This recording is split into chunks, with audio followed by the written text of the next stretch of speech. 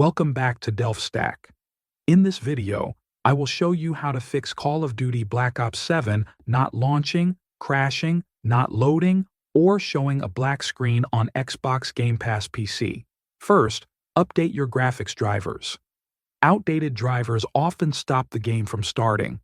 Go to the official NVIDIA, AMD, or Intel website and install the latest driver for your GPU. Restart your PC after the update. Next, verify and repair the game files. Open the Xbox app and go to Library. Find Call of Duty Black Ops 7, click the three dots, and open Manage. Go to Files and check for updates or repair. Let the Xbox app fix any missing or damaged files. Now check your Windows settings. Open Windows Settings and go to Gaming. Click on Game Mode and make sure Game Mode is turned on. This allows Windows to focus system resources on the game. Next, go back to Settings and open System, then Display, and then Graphics.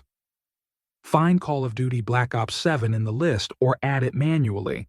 Set the GPU preference to high performance. This forces the game to use your main graphics card instead of the integrated one.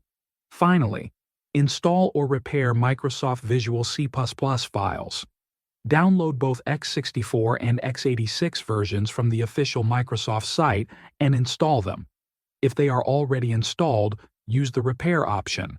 Restart your PC once more. Launch the game again from the Xbox app. This should fix most launch, crash, and black screen issues on Xbox Game Pass PC. Thanks for watching.